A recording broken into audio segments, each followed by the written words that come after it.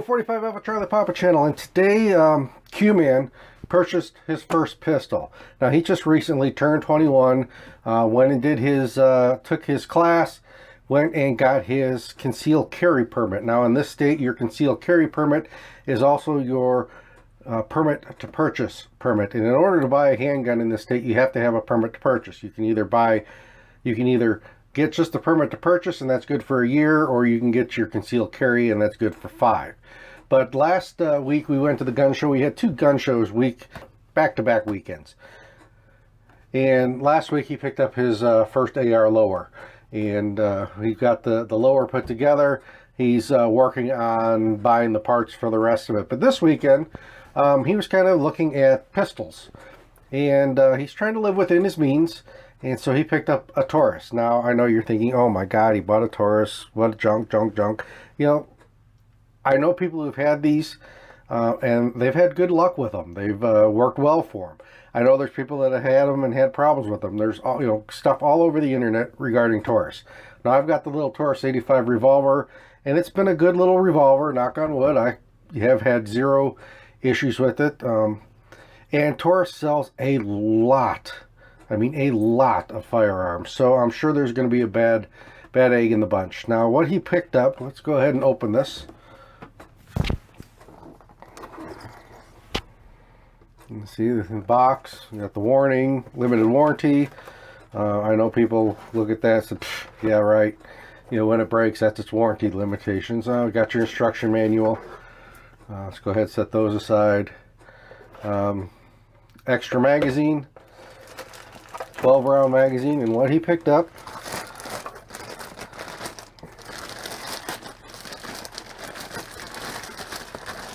the Taurus PT111 Millennium G2. Now the G2 edition is the current edition. I know the early Millennials did have a recall on them. They were having some issues with drop safe. The G2 version has this little dongle here on the trigger that has supposedly helped and taken care of the drop safe issues. I have not heard of anyone having issues with drop safeties with the Millennium G2. I've looked, I've tried. You hear it, maybe somebody somewhere, and they're kind of mistaking their Millennium for a G2. But this is what he picked up. Now, my thoughts on it. It was inexpensive, $225. So, value gun. Let's go ahead and get the cell that it's empty, chamber's empty. Let's go ahead and drop the magazine. Another 12-round. So it came with 2 12-round magazines. He bought the 2-tone version, stainless steel slide and the polymer bottom. Now, my impressions of it, it's very comfortable. I like the way it feels in the hand. Really, really nice in the hand. Your sights, fully adjustable 3-dot sights, so the sight is adjustable for windage and elevation. So that's nice. You can see we haven't even taken it out yet. We still have the read the instruction manual tag on it. It does, the magazines do drop free, so that's good. But I'm kind of digging this little pistol. It is single action, but if you have a bad round, now let's face it, guys, it's a Taurus. You're going to shoot Tula through it, right? You're going to shoot cheap, whatever, it's cheap, right? It's a cheap gun, cheap ammo.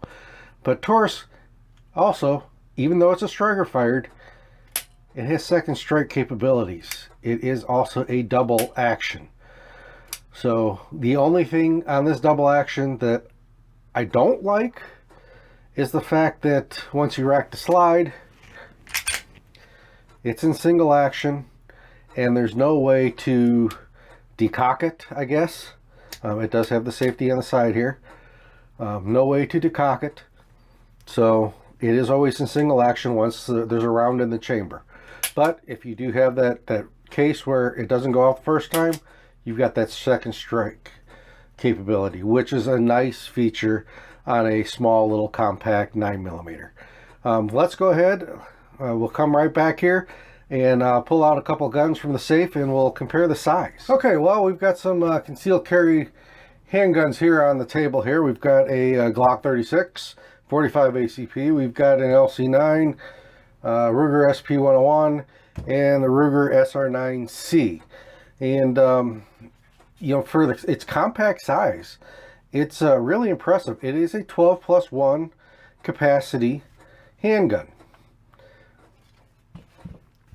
The Ruger SR9 or SR9C barrel is about the same length. The SR9C is a little bit longer, and it is just, if I put the flat floor plate on it, it might be just a little shorter, not quite as tall. Right about the same. But this, no second strike fire capabilities. This one has second strike fire capabilities. The other thing, this is 12 rounds. The compact magazine in this one is only 10 rounds. So, advantage to Taurus. We've got the Glock 36 here now. That's not a very fair advantage looking at capacity, because this is a 6+1. It's also this has got the pierced grip extension on it, so it's actually a 7+1. But let's take a look at the size comparison here. You know, width-wise, you're about the same. Maybe just a little narrower on the Taurus, but still, you know, a little bit smaller. The Glock would be a little bit shorter with the flat floor plate for the 6+1. So, again, very good size. Feels great in the hand. I mean, the ergonomics on that are nice. This is my carry, LC9 Ruger, single stack, 9mm, and it is a 7+1 capacity, 12+1, and you know, you're about the same length, a little fatter on the Taurus, not by much. A little bit bigger handle, a little longer handle, but you got 12 rounds here and only 7+1 here. So again, capacity wise, advantage Taurus. The LC9, this one is the double action pull. They do make one now that's single action that I think the trigger would probably be very, very comparable to. I have not got the single action striker fired LC9. This is the older one. And then, you know, just for giggles, you've got your revolver. Again, the revolver's a little bit bigger, but a little bit more shapely. The revolvers tend to blend in a little bit better and don't print as bad as a standard pistol does. But as you can see, you know, comparative wise, it fits the niche. 12+1 rounds instead of 10 or 7. So, and 6 over here. I'm sure there are a few other ones out there that maybe have a few extra rounds in it, but you can get a few extra rounds. I cannot. This sight is driftable only. It's not adjustable for height. It's got a smaller little safety on it than the Taurus does. This Taurus safety is in a nice little spot. Real easy to manipulate. I do like the place of the magazine release too. As a right-handed shooter, I can short-thumbed. I can actually reach the magazine release on this one. On this one, it's a little bit more of a reach for me, and the nice thing with this one, it's ambidextrous, so I can kick it in from the other side. The Glock, that safety's that magazine release, way out of my reach. I mean, I really have to do a lot of turning there to get to the Glock. And the same thing with the LC9. It's a little low. I do have to do a little reach to get to the magazine release. But, you know, that's kind of a comparison to other concealed carry options out there. Now let's do a final walk around with this, and then we will take it out, shoot it, and we'll give you our final thoughts. Okay, now the gun does have loaded chamber indicator up top. disconnect that. Now to take it apart, very Glock-like, you pull it back a little bit, pull down the two tabs, and slide the slide forward. Now you don't have to pull the trigger, unlike on the Glocks.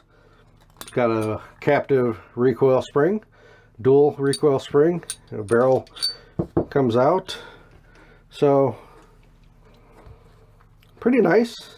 You know, the machining in here, I'm not seeing any really mill marks or anything like that. So, you know, so far I'm pretty impressed with the little pistol for the $225 he paid for it. Seems to be well made. Seems to fit the hand. I like the texturing on it. It's not too aggressive. It's not too harsh. Your grooves here for your slide have got some pretty deep serrations, so they're easy to grab. But let's take this out, shoot it, see what it does out of the range. Give you our final impressions, or final first impressions of this pistol. First shots, PT111 G2 9 Millennium.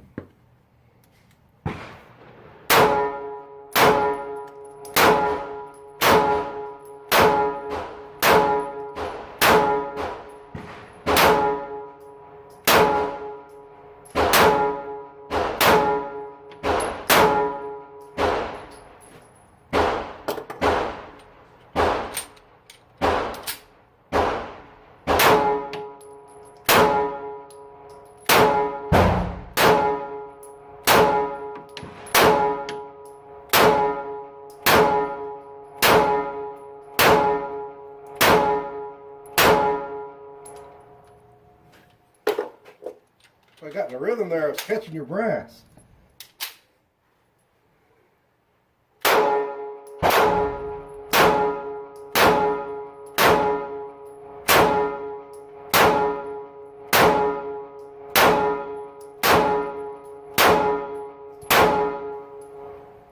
So what were your first impressions? Not bad. It's a 9mm.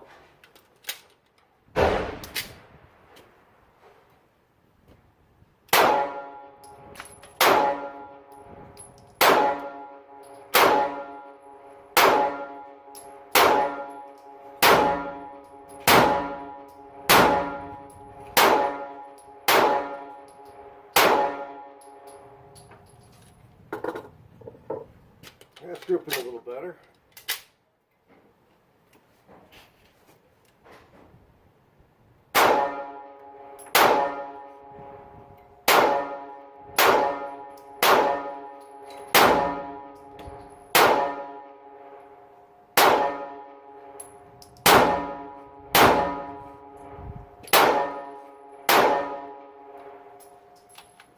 Nice.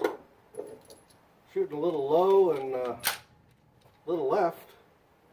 I don't know if that's me or this just needs adjusted. Probably just needs adjusted.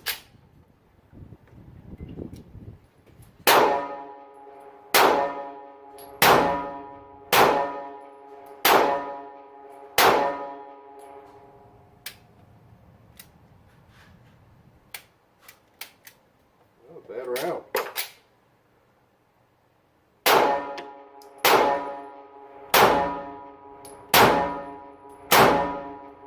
So what are your thoughts or concerns with it? Not much. The only problem I'm having is I can't see the front sight at the moment. It kind of blends in with the other two. I'll put a different color on it. I'll try it out again. What do you think of the trigger? Nice. My first shot, I figured out with a double action on it, but once I remembered that, it shot just fine. Doesn't pull too hard. And we put, what, well over 100 rounds through it. I had one hard primer.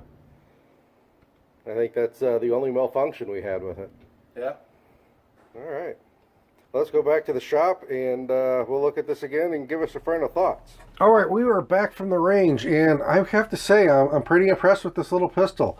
This is my grouping here at 7 yards with it. Now I'm seeing that it's shooting a little bit low and to the left. Now if it was mine, I'd adjust it. But, you know, this is a 36 round group with this pistol. These are my first shots through it. So it fired very well. We went through about 150 rounds through it today. Had one hiccup, and I showed that in the range footage. We had one issue with a hard primer, or it wasn't a dead primer, but it was something wasn't quite right with that primer. Even with the double action on this, I struck it a couple more times with it, and it did not go off. Cleared the gun, continued on. No other issues other than that one shell that had an issue. I did put it back in here later. Tried using the double action, tried firing it 3 or 4 more times. It didn't go off. I did put it in my SR9. Now, it did go off in the SR9, and possibly the SR9's got a little bit stronger spring in it than this one does, but that was the only issue we had with it, and it wasn't really gun related. That was more of a ammo issue. So it fed, other than that, it fed everything we put through it. No stovepipes, no hang-ups, no double feeds, no issues with it not picking up from the magazine, no issues with it not going into battery. It just worked flawlessly. So, you know, I'm really, really impressed with it. Let's go ahead and check it. It's clear. You can also see here that the loaded chamber indicator is not up, so we know that the chamber isn't clear. My only gripe maybe about this, and it was something that the Q-Man had an issue with right at the start too. This trigger has got a long travel, and it's a little bit, there's a little bit of resistance there, not much, but there's just a little bit. I'm sure it's a new gun, a lot of that will come out of it as you use it, but you get to this wall and it's probably 7 or 8 pound pull, so once you get to the wall, you just got to push through it. But I know he had an issue where he got it this far back, and it breaks so far back that he thought that it should have gone off already. So he had a little issue with that. I had a little issue with just the feel of the trigger. Once I got the feeling, it was good. As you can see here, that it's got a short reset. So once we got through that part of the trigger and figured that out first time out, it shot very, very well for us.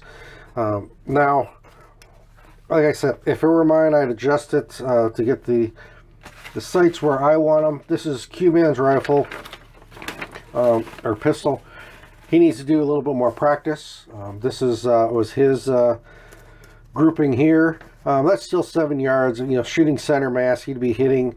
You're starting to see some stuff over here. We're starting to group a little bit for him. He just needs to get out and shoot more. Get rid of that little bit of flinch he's got, and he was having a hard time picking up that front sight too. So not bad. There's probably another probably 40-50 rounds here, so for him that's pretty good. But accuracy wise, for me, it was here. I could probably do a little bit better than that, but it seems to be pretty accurate. Get him out, shoot it a little bit more. We'll get the sight sighted in for him so it shoots well for him. But really like it. Very consistent ejection. It was kind of funny. We were sitting there and it was ejecting the brass same spot almost every time. We were both sitting there catching the brass that was coming out of the gun, because it was just very, very consistent. So if you reload and you pick up brass, or you pick up brass to resell, all the brass that gets ejected from this is all going to be in the same general area. Unlike some guns that like to spit it here and there and up and forward, but this one was really very, very consistent. Now, the other thing that this one has, Taurus doesn't send a lock with this gun. Most manufacturers do send a lock. You drop the magazine, open the slide, and put the lock through the ejection port here. Taurus, like the revolvers, and like Smith & Wesson revolvers, has a lock already in the gun. Now, some people do not like this feature. I would never really use it. I keep them in a safe, but if you wanted to lock your gun and not without having a trigger lock or anything like that, it does have that ability. So yeah, you need to make sure that the firing pin is forward, that it's not cocked back. You don't want to have the slide rack back, because you can, according to Taurus and the instructions, you can ruin the gun that way.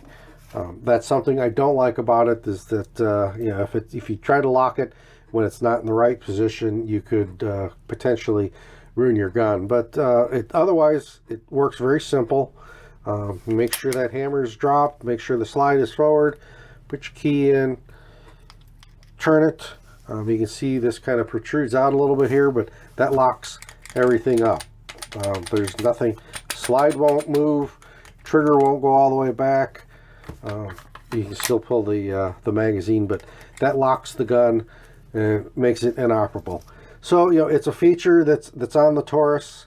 Give it, or you know, like it or not, give it or take it. I don't mind having this. You know, one way to keep the price of the guns down and spending, instead of them spending $1 on a really cheesy lock that goes through the gun, I mean, this probably costs them all of, you know, maybe 3-4 cents, if that, to put that in there. So that helps keep the price of the gun down. Really happy with the pistol. Q-Man is really likes it. It's, you know, it feels good. Would I buy one? Yeah. I would have no hesitation of going out and buy one. If you're a you know, single mom or a student, or somebody who just doesn't have a lot of funds in order to buy a defensive pistol, this Millennium G2, as far as I'm concerned, is a good option. You know, for right around, he spent right around $225. I think it was $235 with tax, somewhere in there. But it seems to be a pretty solid gun. Would work well as a defensive pistol. They have seem to have fixed the drop safety issues in them with this little dongle here. So I would give it a thumbs up. It is a nice pistol. Now, is it going to go through tens and tens of thousands of rounds? I don't know. Time will tell. But as for something that somebody's going to use occasionally, maybe take it out, put a box through it every once in a while, clean it, put it in a drawer, put it on their hip, I would have no issues at all with this. It seems to be a pretty decent and quality weapon. Well, this is 45 Alpha Charlie Papa channel, and this is the G2 Millennium PT111 from Taurus, and I'm out.